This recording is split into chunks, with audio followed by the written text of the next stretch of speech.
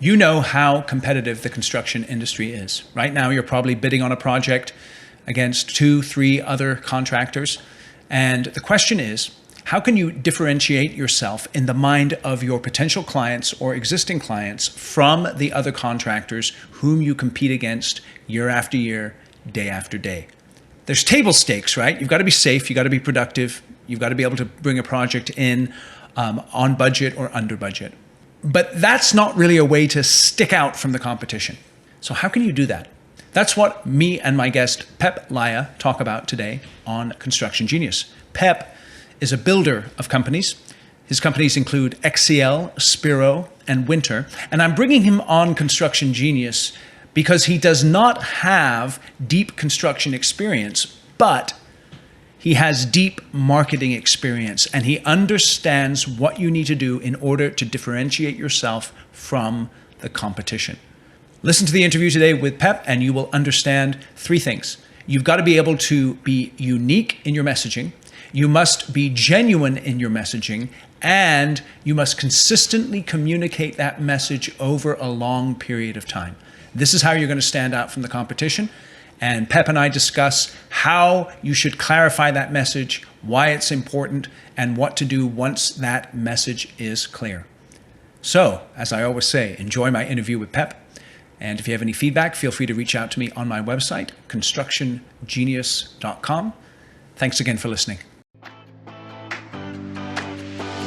This is Eric Anderton, and you're listening to Construction Genius, a leadership masterclass. Thomas Edison said that genius is 1% inspiration and 99% perspiration. If you're a construction leader, you know all about the perspiration, and this show is all about the 1% inspiration that you can add to your hard work to help you to improve your leadership.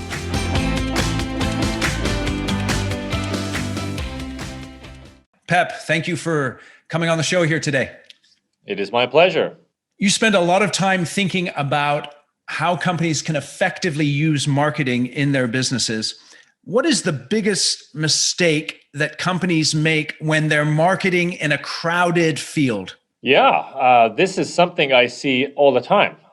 Companies mindsets are hard to change. So people still remember what worked 10 years ago when like in 2010, what was the world like back then?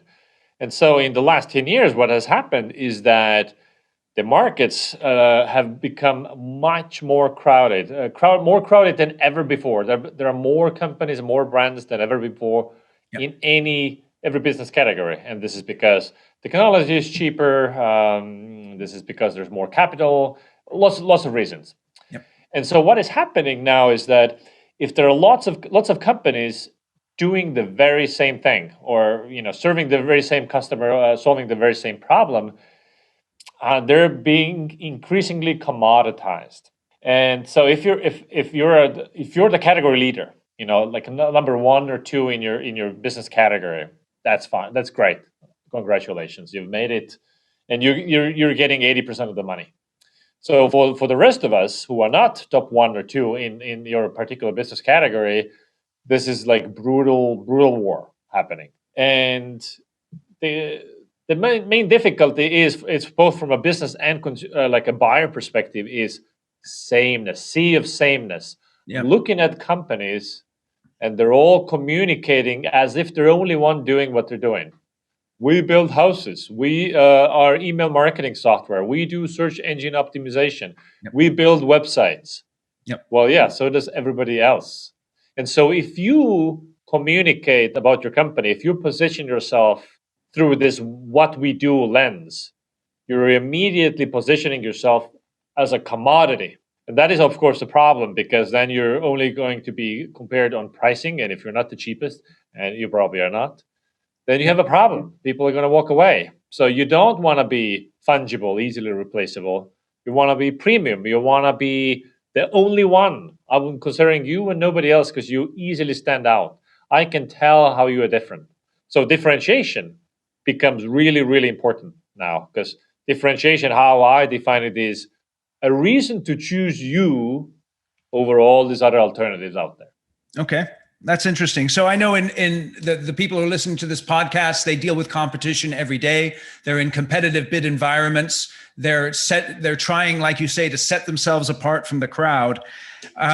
Why do companies struggle to do that? Because it seems like when I look at a lot of construction websites or see construction marketing, it's all kind of the same thing. Why do companies struggle with that, setting themselves apart? Well, differentiation is very hard, and most companies are actually not differentiated because they don't have an idea how to really differentiate. And so it is a hard problem. So that's one. Two, I think ignorance, because you want to say, hey, yeah, well, we build houses, so let's say that we're a construction company.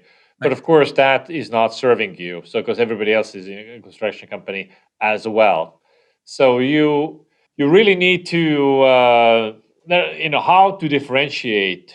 There are many ways to do it. So the Yes. two obvious ways is one, you compete on innovation. Okay. Innovation is that you are actually doing something that others are not doing. So you have some sort of a technological advantage, a new process, new something. So, for instance, a company that is competing on innovation is Tesla, right? Yep. Their electric cars, actually have longer range batteries than the other, electric car manufacturers for now. I mean, everybody's coming, everybody's making electric cars now. But for now, Tesla has an actual objective competitive advantage through innovation. Yep. Now, if it's gasoline cars, if it's Ford versus Chevy, well, there's no objective difference there, like you need to be a category connoisseur to Yes. understand the subtle differences. Otherwise, it's just it's car. It's a brand difference, and Yep. of course that leads me to the other major differentiation. Then everybody can play this game is competing on brand. And how do you compete on brand? Of course, building a brand, it takes a long time. So So a let me just brand, interrupt you real quick, just for the yeah. audience. Tell me what you mean by a brand. What does that Mhm. mean? A brand is what they say about you, not what you say about yourself. You mean Because what when your other people customers say talk, about you? what your customers, or they might be not even customers, they just know that you exist. They know Yes. something about you. Like it's basically what they say about you behind your back. Oh, very good. Okay. Right? Like, so I might not shop at Whole Foods, but I have an idea what Whole Foods is about. Yes. Like premium, organic, expensive, whole paycheck, all that stuff. So if I value highest quality stuff and nice shopping experience, I go to Whole Foods. If I'm price sensitive, well, like I think I maybe Walmart, right? Right. So brands. So this is like how you are being perceived in the market. Now, Yes. a brand can be a reason to choose you. So let's say, do I buy Nike running shoes or versus Adidas? Yep. Is there a functional difference? Absolutely not. So, like, I mean, all these big running shoe makers, they're all competing on brand because functionally they're all the same. They're fungible, but they're not competing on it. They're competing on brand. So I think a brand, when I buy you, so you answer the question, what does it say about me when I buy you? So if I buy Patagonia outdoor, jackets and stuff, that tells through that I'm saying I care about sustainability. The nature is important to me. I want to protect the wildlife, and et cetera, et cetera. Because Patagonia is all about sustainability and all that stuff. That's what they stand for. Okay. So let me just interrupt you there again. So I really like that. So what does it say about me when I buy you? So a good brand is is telling you what to think about them, so that you have a particular narrative going on in your head when you Exactly purchase right. that product or service. Exactly. So I mean, that narrative might be, I'm very practical and I don't want fancy stuff. So I want, like, Yep. do it in an affordable way, and Yes. that's what I'm shopping for. And then your brand might be like, hey, forget about these expensive construction companies. We can do it in a very practical, commonsensical way. That Right. might be a brand. Obviously, you need to know what messaging are all your top competitors sending out. Because if there's a company out there that already owns that messaging in the mind of the customer, because positioning happens inside the mind of the customer. If Right. somebody already owns that, it's very hard for you to come in and be the same thing. Okay, so let me stop you there. Hold on. How do I know that somebody else owns that message in my market's mind? How do I know that? Some of it is just qualitative research. So meaning like you know your competitors and you might know what they're known for. Like what is their reputation? Or like also you can go to the website and see what they say about themselves. Maybe you've heard a sales pitch that they made to somebody, you know. So what are the signals that they're sending out? So I think if you know your industry, you kind of have an idea of what Okay. your competitors are about. So Okay. that's one. It can be quite subjective. It's not a precise thing, you know. Sure. Like I can just have an understanding of what is Whole Foods or you know like Toyota cars. Like Yeah. what is Toyota about? Actually, I think not much, but reliable probably. Reliable. That was the word that popped into my head was reliable. Yeah. I Yep. don't really know what Mazda is about, for instance. I don't Mazda's it's supposed to be sort of youth, but it's not, you know? It's Yeah, supposed to I be mean, I movie, but guess it's I not. would consider it a little more sporty than Toyota, maybe. Yeah, but it's not Um, exciting, you know? yeah, no, exactly. And so if you're not actively managing your brand, you're getting some sort of a brand, no matter what. But it's way better if you actively cultivate a brand perception. Okay, so And let's of talk course, this about is that. How do I do that? How do I yeah. actively cultivate that brand perception? So first of all, you need clarity on what you're about, Okay. because your brand and your differentiation is not something that you sprinkle on top. It's not like we're a construction company. Let's hire a marketing guy, and can you like just put some branding on top? It doesn't work that way, you know. Yeah. So it needs to be authentic.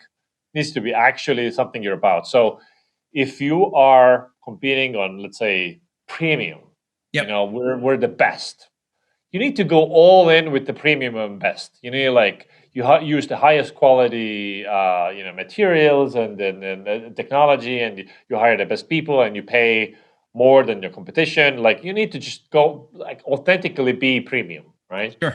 Or maybe you're green. You go all in with the green, the sustainable aspect, or Yes. you go all in with the cheap. Of course, competing on price is only a sustainable strategy if you have some sort of a structural advantage, like a Right. true structural advantage. Right. If other people can do it cheaper than you or as cheaply, that's suicide. You know, Okay, that's so not. let me just say this then. So to actively manage the brand, I have to get clear on what that messaging is going to be, but it also has to be true. It has to be true. It has to be authentic, and it needs to be something that your whole company's bought into. You know, like a mission, if you will. You Uh-huh. know, so you need to evangelize it internally. Your people need to buy in, and then that's all your external communication, starting from your websites.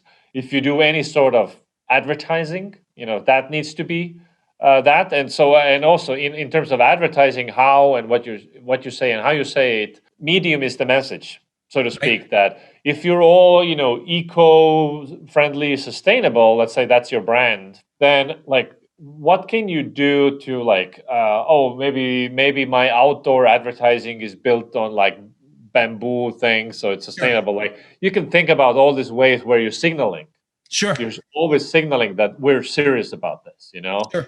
And then and every all your marketing materials are printed on like recyclable paper and from recycled materials, and so it needs if it's fake, it will not work. Right. Like you might fool somebody, but in the long term, it's not going to work. So And then brand let me building just takes ask for you. years. Yeah, let me just ask you this. So let's say in construction, right? Yeah. The key aspects in construction are things like safety, productivity, and quality, right? So you want to build a project safely, on time or under schedule, and then on budget or under budget, right? Well, I would say those are table stakes. Those is like everybody needs to do those things. If you don't Okay. do those things, that's you can't compete at all, right? That's just a ticket to the playground. Okay. So let's talk about that because a lot of people, they'll hear that and say, hold on a second, I've got all this stuff on my website about safety or quality or productivity. And you're Yeah. saying those are just table stakes.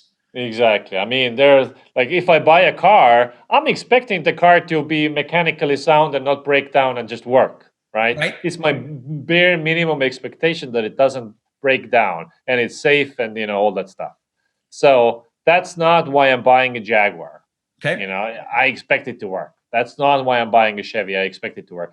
All that stuff. So I think it's same in construction. They're the basic table stakes things, because if you're competing, you need feature parity, so to speak. Like you need to do the same things. Like it's also safe and it's good and all that stuff. Right. But now you need something on top that sets you apart. Okay. Yeah, no problem. And so like there are it's a complicated problem, obviously, but like one way to do this is through storytelling and brand. So an example of a storytelling, there's this concept called strategic narrative. And so strategic narrative is explaining something that is happening in the external world. So it's putting your approach in context. So let me give you an example. I'm making this up now. So for instance, your story might be, hey, there is this thing called the building science. And the way houses were built in the 70s and 80s and 90s, this is all obsolete. These houses were built because of poor planning and like whatever reasons. But now we have a new understanding of how to build sustainable homes that are energy efficient and all that stuff. Like the construction technology has completely changed. There's better technology available. Most of the industry is still building like it's 1999, whereas we're all about the building science. And Yes. so you're setting the context of what is happening in the world. Better technology is available, better know-how is available, and we're the one using it. And if you sell this story and people believe it, that oh yeah, there's been fundamental in the innovation in the way houses are built, then you automatically position yourself as the best person to bring this new vision to the customer. And So then you so could say, yeah, let me we just use this ask new, you a question there. yeah. So this sounds like it takes a lot of hard work for the team to get together and to look at what's going on in the market, the kind of marketing messages that are out there, the table stakes. And see, this is where I think a lot of companies go wrong is they spend a lot of time marketing based on table stakes, and that's why they don't stand out from the competition, because they're just talking about what everybody else is talking about. Exactly right. So if you sell a car saying it drives and it doesn't break down, it has airbags, it will like I would never buy it. So it's the basic expectation, right? So you need something extra on top, something extra, and a lot of it is brand. Maybe you are all about sustainability, or maybe you support underprivileged youth, Right. and then you employ ex criminals and. Or like I don't know, like you give opportunities to there's something about you that you bring, or you are all about the latest technology, and what you use and lead with. It's not that you're the only one doing this. Right. There might be others doing it, but they're not saying it, Okay, so right? that's key right there, because I think that's where some people miss this with marketing, is because they almost feel embarrassed to start talking about this stuff because they figure everybody else is doing that anyway. And if I start talking about it, I might stand out in a way that feels a little, I don't know, inauthentic in a certain way. Yeah, I understand. You need to get over that. So there's a classic example from a book almost 100 years old. It's called Scientific Advertising. I Uh-huh. think 1920s and 1930s. And there's a case study about a beer manufacturer who basically dramatically increased their sales by saying how pure their beer is because of the filtration process they use. How the water is filtered 7 times, and then whatever is happening to make sure your beer is fresh tasting and all that stuff. Right. Now, the truth is that every single beer manufacturer was using the exact same filtration process, but nobody mentioned it. Right. And so them leading with this is fresh because we use this filtration process, they were gaining that thing. So it's the same thing. Like you might have some sort of sustainability practices and employment practices and then whatever going on, but if people are not saying those things, that's what you can compete on. Because in positioning, it is who reaches who positioning happens inside the mind of the customer. So who Right. reaches there first with that messaging wins.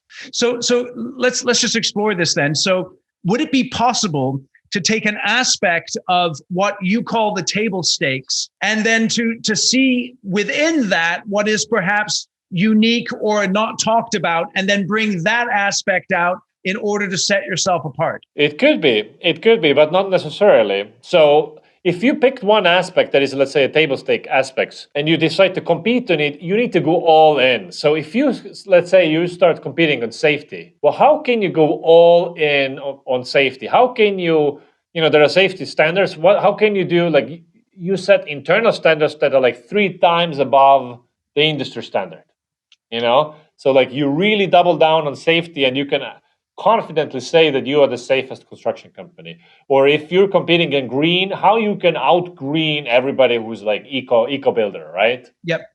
And so it needs to be legit. Like you're authentically competing on that thing. If you're competing on the speed of building, again, how can you be much faster than everybody else? Right. What can you take out in the building process that takes a long time, that is maybe not really even necessary? This is classic cases. Is like there's in wine industry, there's barefoot wines. Yep. You might have seen those in Yeah. supermarkets. They're really cheap, like $6 bottles, Yep. and very high quality wine. And the way they're able to offer this good quality wine cheap is that basically they took out the aging process. The customer basically feels no taste difference. Only the wine snobs are like, that's not good enough. But the real average everyday wine drinker doesn't care. Yep. So they reduce the costs, and they're like able to bring the product to the market much fast. So Okay. I don't know anything about construction, so I don't know what is there that you can trim, but maybe there's something. Or, and again, depends on what you're building. I've seen really compelling value propositions of competing where it's specific fixed price, fixed deliverable. Right. So I understand for large scale projects, it might be not doable at all. Sure. But I've seen like a 2-week bathroom makeover. Yeah. A company sells a 2-week bathroom makeover. It costs $5,000. I'm just making this up. Yeah. And so, but it's people know upfront how long it takes and how much it's going to cost, right? Yep. And then you lead with this, and everybody else says, "Oh, let me give you a quote." But now you don't need a quote; it's a fixed price, And then there are pictures, and of course you sell it through before and after pictures, and so on and so forth. Absolutely. No, those are definitely things that can be considered. So who should be driving this differentiation effort in an organization? This has to be owned by the very top leadership, starting with the CEO, the founder of the company, the CEO of the company. This, because it needs to be a person of authority, somebody who is basically saying that this is what we're about. And the CEO is the chief evangelist of the company, both internally and externally. So CEO needs to own this. Of course, everybody else can chime in. Like the whole leadership team, the management team needs to be aligned. So there cannot be no internal conflict. So it's like you might disagree, you discuss, you might have some heated arguments, but whatever the leadership team decides on, everybody needs to commit to it. And then communicate it down the chain. And your marketing team might do a lot of the execution on it, like in terms of brand communication, your advertising, your brochures, and your salespeople. They're like when they're pitching clients, they need to say the right things. So, but it starts from the top. So how do let's say I'm having these discussions internally, and for instance, let's say I'm debating whether or not to go all in on being the safest or being the greenest. Should I do 2 of them, or should I pick one? How do I make those decisions? You should pick one. I mean, technically it might be possible to compete on multiple ideas, but it's so much easier to just stand for a single idea. If you're multiple things, we're also about safety, and we're green, and we're like hardworking and cheap. It's like I guess like I can't put you anywhere. People want to put you in a box. They want to label you. Oh, Whole Foods expensive, Walmart cheap. Walmart is many other things than cheap too, but they're really driving down the low prices everyday messaging, right? Yep. They might be saying, "Oh, superior logistics, fresh produce every day." Yeah. So, but like Geico, 15 minutes. We know how Geico is a great example of how they've been hammering a single message Yes. for decades, right? Yes. And we can recite their marketing message by heart. Everybody can.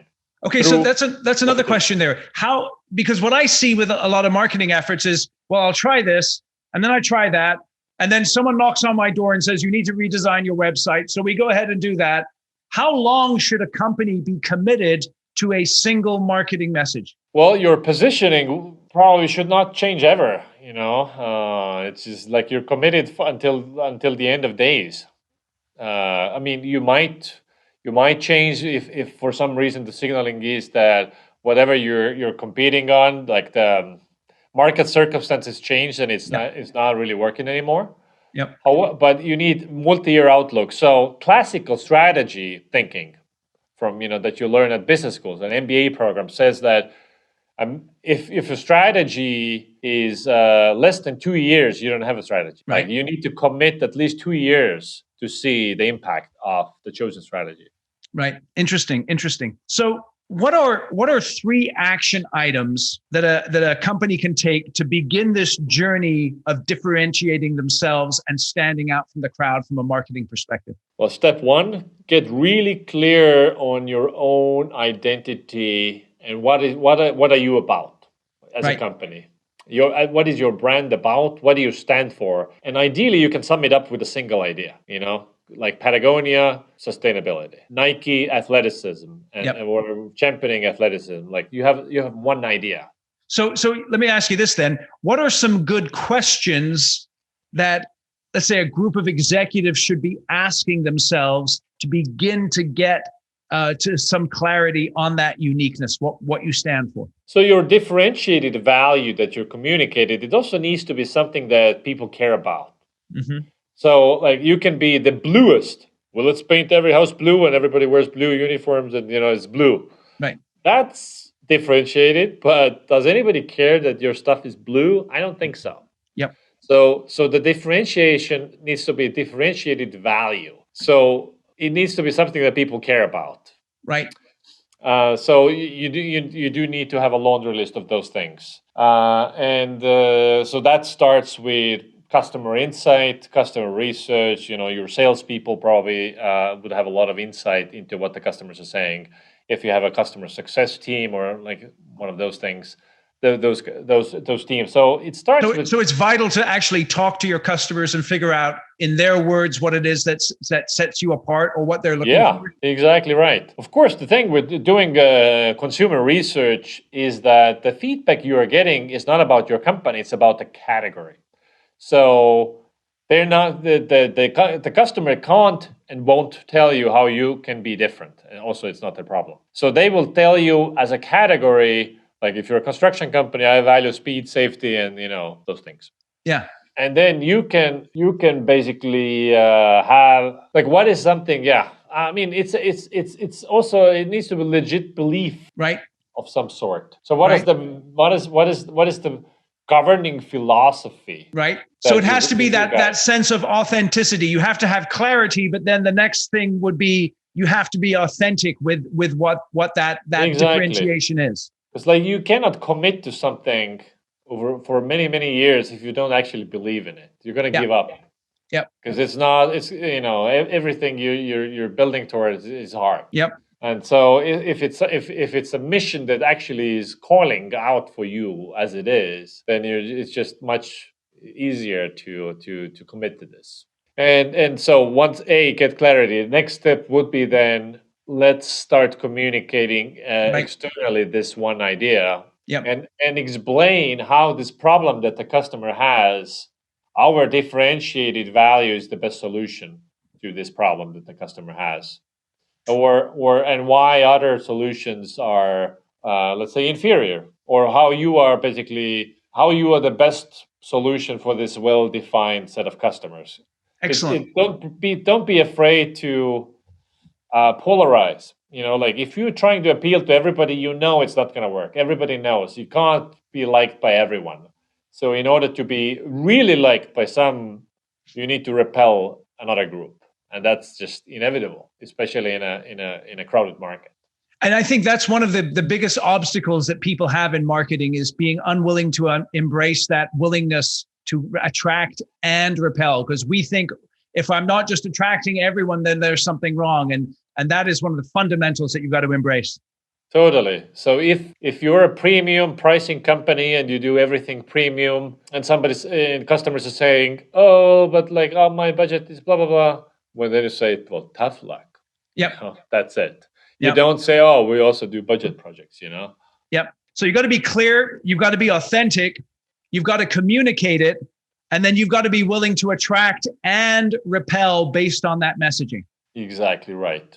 Excellent. Excellent. Pep, I really appreciate your time. Tell us a little bit about how people can get hold of you and what you do to help companies. I have actually 3 different companies. So I have CXL, which is an e-learning company training marketing teams on data-driven marketing. So cxl.com. I have a consulting company for customer experience optimization.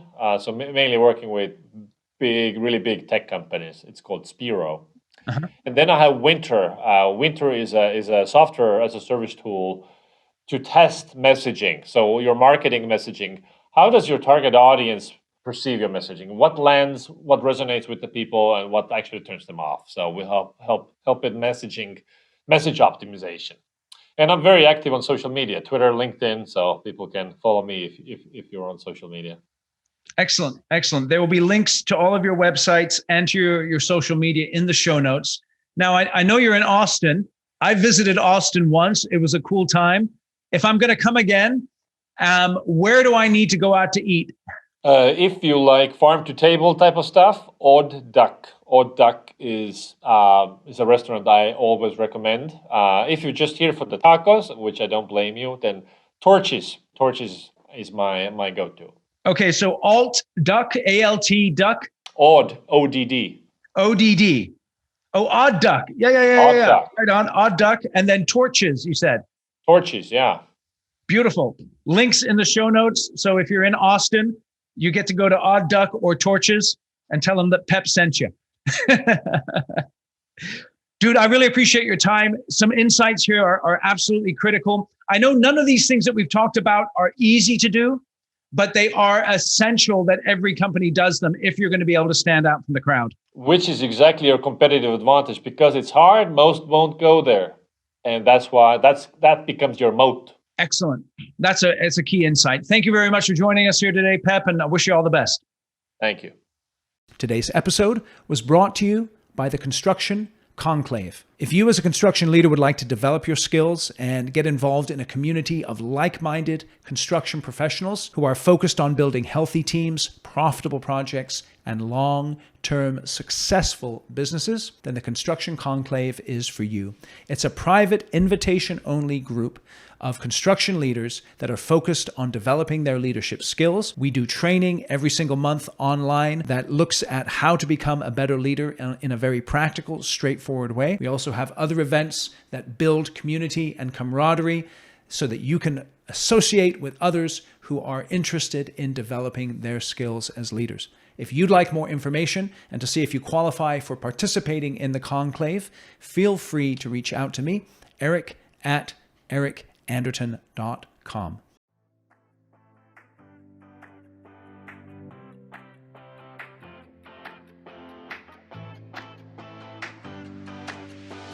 Thank you for listening to this episode of Construction Genius. Hope you found that 1% of inspiration to help you in the next few days. If you like the show, please give us a 5-star review on iTunes, share it with other construction leaders who you think would benefit, and thanks again for listening.